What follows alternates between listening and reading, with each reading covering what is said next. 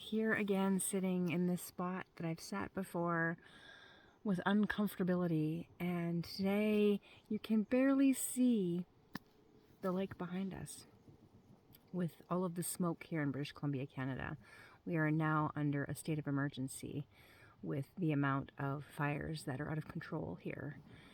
I have two near my house that are about 20 kilometers away in a couple of different directions, and it's very interesting to see the people that really are so afraid of uncertainty at this level. You know, I sort of feel like I live that way every day because I don't know where I'm going to be living. I don't know where I'm going to be going. And I sort of dive into that uncertainty on purpose most of the time. But there's a lot of people that don't do that. They like the security in the home and the routine and the way that they live their lives to make them feel safe, which I think is a false sense of security. But they do that, and then when things like this happen, I see them falling apart and getting very afraid of losing what they have. You know, I've gone to believe that it is stuff, that is just stuff, that we need to band together as people, as humanity, and love each other and not care so much about the material things. And I actually said that on the day that we celebrate my father's death. You know, I invited both my siblings to really look at his mistakes and learn from them, because this is not about material things. It is about the people that you share the space with. And as I do these videos, I'm getting a little more anxious, because I know that I put myself out there and I say things, and for many years I didn't like to talk because I know that my words can be hurtful.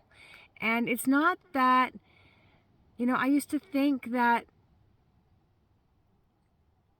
I was hurting people, but now I'm realizing they're just being hurt because something in my words have triggered them. So I've had to learn that it's not my words, it's how they perceive it. So I can't shrink back and stop talking out of fear of people not liking me or not liking the messages that I have, because that's not the point. The point is for me to be vulnerable enough to come forward and say what I think or what I feel in the moment, and sure, challenge that. I don't expect everyone to agree with me, and I don't expect to get it right. I want to do what feels right in my heart in this moment. So some people resonate with me. Some people love my messages and my videos. Some people hate them. Some people I trigger in ways that they can't handle. And you know, it happened very recently, and I'm left with this feeling of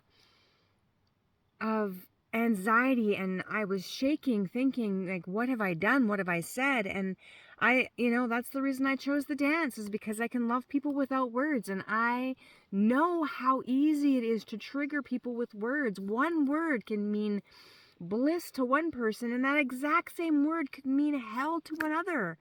You know, depending on the circumstances of their lives, maybe, you know, something hugely tragic happened around a certain word, you know. So I do my best to really honor myself, and if it's something that doesn't resonate with you, please don't take it in as truth. Even though it's my truth doesn't mean that it's everyone's truth. And you know, I think that's really important, that we're not so threatened that we shrink back as soon as we get this feeling of attack or unease in the moment. I'm about to start a whole nother dance group that is completely out of my comfort zone. And for a long time, I just kept saying, oh, I'll do it when I'm ready. Well, honestly, we're never ready. We're never ready to fully step into something. You just have to do it. And, you know, I heard once somebody said there are no mistakes, only lessons. So I'm going to just take these as lessons. And if it fails, then I'm going to try again, because I love it so much. I love my life. I love what I do. I love the person I'm becoming. And so I really, like, I always say, I invite you to do the same, to find those little things that that you love, that light you up inside, that makes you want to live another day and do it with joy and love and happiness and compassion and all of those wonderful things. And you know, I have moments of fear for sure. We all do. We're human. I make tons of mistakes. I have made tons of mistakes, and I plan on making a ton more because I'm diving in to the unknown always. So I spend this day, I started packing up my travel trailer bit by bit, gathering my stuff, feeling like I am in control of this moment. And now I'm going to go and I'm going to release it to what is. And if the fire comes and burns everything down, then hopefully I can get out with my life and still live learning lessons and traveling and meeting people and sharing my stories. And just being, being in the joy, even though my throat is kind of on fire out here. It's not comfortable. Let's be uncomfortable a little. Let's cough a little. It's not going to kill us. Our body knows how to heal itself. It really does. If we get out of our own way. I danced yesterday with a couple of beautiful, beautiful people.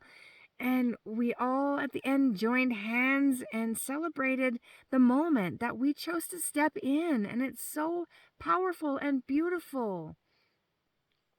So if I have offended you in any way, please disregard. It is not to be taken personally. It is my journey and my journey alone.